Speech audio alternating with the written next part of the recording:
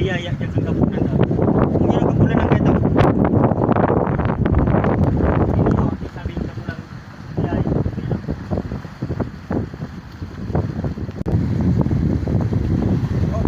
Oh, nahiling mo na naman ang video mo eh. Ma-scroll ka na naman, dapat na yung pag-scroll. Tapusin mo na ang video mo eh, bago mag-react ka. Kung talagang nagustuhan mo ang video mo eh, paki-like and share na rin at paki-follow sa aking Facebook page. Kay Gaspar. Ano daw tingin ko eh?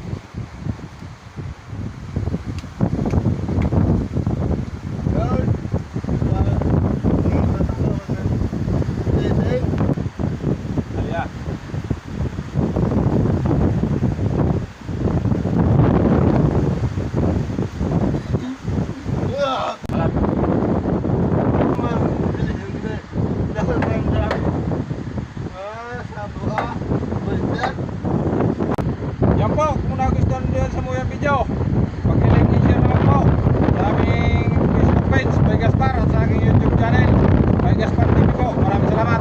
Thank you po.